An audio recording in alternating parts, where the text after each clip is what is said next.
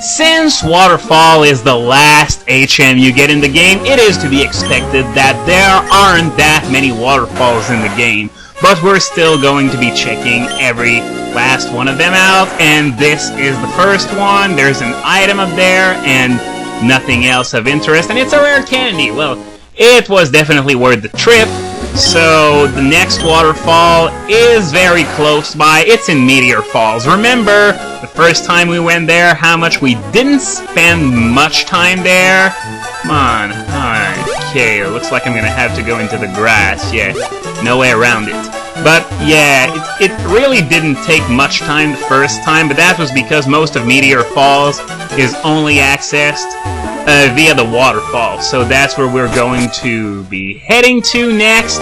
And there's a bit of trivia. There's a room in Meteor Falls. That's the only place in the entire game where you can find a Bagon. But those are usually high level, like 35, stuff like that. So they evolve into Shelgon as soon as you level them up once. And okay, yeah, now we're into that new part of Meteor Falls. And while I'm fighting endless hordes of wild Pokemon again, let's just make something perfectly clear, okay? I'm not in a very good mood right now, and it has nothing to do with me dominating in Donkey Kong earlier today. That would put me in a very good mood, usually. But the problem is that I don't know what's gotten into you people today, but I have blocked no less than 5 people today for trying to warn me that, oh my god, the flag bombers are going after you, when I have said at least a dozen times, both in these videos, in the recent activity box, and in the channel comments box, that he's an imposter. And yet, you people keep feeding the troll. You're falling for this crap, and you're annoying the hell out of me, not only by being gullible enough to fall for it, but also by thinking that you're the first to tell me this. If something this important happened, odds are I would know about it, and you wouldn't be first. So, please do not bother anymore, because my subscriber count today has practically gone down from all the people that I blocked. I blocked 5 people for this, 1 person for first commenting on the Donkey Kong video, and also I haven't blocked that guy, but I have had someone ask me why I wasn't using the 15-minute limit now, and I already explained it in the last video of Pokemon in part 131. So, do you guys really watch my video, or are you just pretending to watch my videos? That I would really like to know. And this is not aimed towards all of you, because I know there are some people among you that have more intellectual capabilities than an amoeba, but there are some who are truly making YouTube commenters in general live up to their crappy reputation. So now that we've gotten all this sorted out, I don't want to hear anything about it anymore. So hopefully, I think I'm good for at least another week before the next surge of morons. So now that we've gotten this out of the way, we can go back to the game. I remember those 2 trainers, they're in the match call, and I'm seriously wondering what they're doing in such a far-flung place. And yes, I remember that I picked up the Iron Tail TM during my Fury Fuel rant, and it wasn't that hard to pick up the fuel as it came along because I really was very angry. A little reference to Tanked Up Trouble in Donkey Kong Country. I'm glad I have this stage behind me now. Not looking forward to loopy lights and platform perils, though. I remember these stages giving me lots of troubles back in my teenage years. But yeah, Iron Tail trying to protect twice in a row usually doesn't work. Don't try it at home, folks. But yeah, as I was saying, Iron Tail, I actually wanted to say some things about it, and it's that Iron Tail, its biggest asset is its gigantic learn base. Like, literally everything that has a tail can learn the move, but the problem is that it's got 75 accuracy, and it's a steel type move. So, usually, even if it's an option don't bother. Low accuracy and bad typing just doesn't make it worth it at all.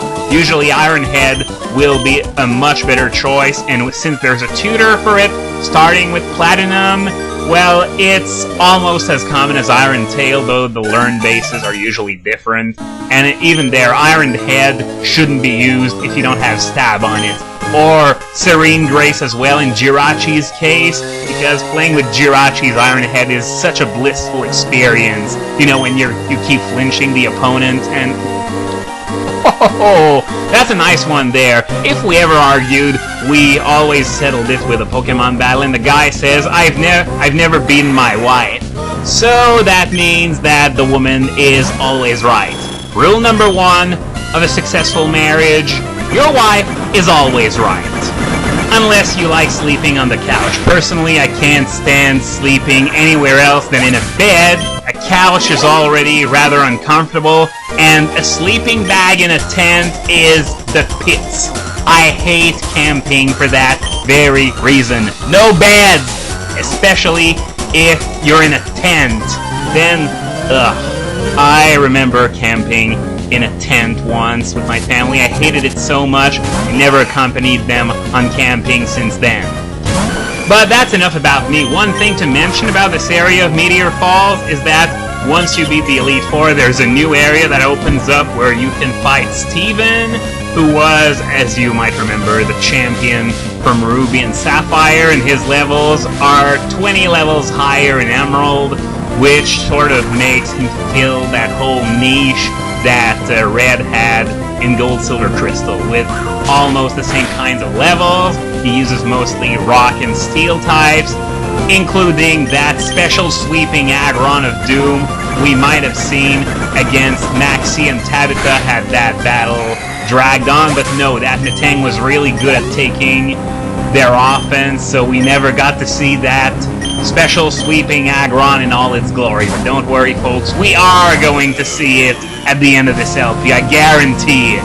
Though whether it gets off a hit or not, I can't really guarantee it, especially since I'm going to have both Kyogre and Groudon to help me by that point. And by the way, I was wondering earlier today which Pokemon I'd leave out for Victory Road, and I'm thinking maybe I'm leaning towards Skarmory now, because it has lots of troubles nailing one-hit KOs on stuff. It doesn't have a stellar type coverage either, so I think Skarmory is going to be the one to be left behind, especially since I think it has easily the worst stats out of my final team. Not that it means that it sucks, just that it has a steeper hill to climb, which is made up for in part with its spectacular typing and how good it fares against physical attacks. But I think Skarmory and Rayquaza, of course, are going to be the ones that are going to be sitting out Victory Road. But of course, they will all come back for the Elite Four. That I guarantee. I'm not going to bring my HM slaves.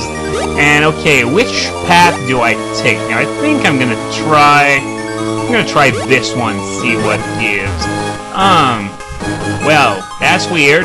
I'm trying to reach that area where the Bagons are, but I think I ended back up at the beginning of this area, and I honestly have no idea where I should go to reach that area. I know that it's there.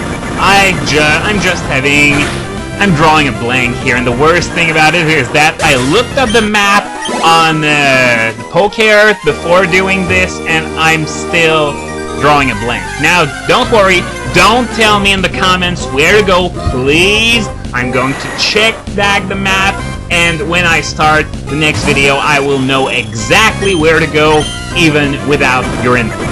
Thank you very much. Now, I wonder how many people won't listen and will tell me that I'm thinking maybe the only place that I haven't checked is, you know, where the path split while I was going down those ledges, so my best guess would be that it was there. But since I'm not going to use that 15-minute limit, that means I'm done for today, so I guess I'll be checking that out in the next video.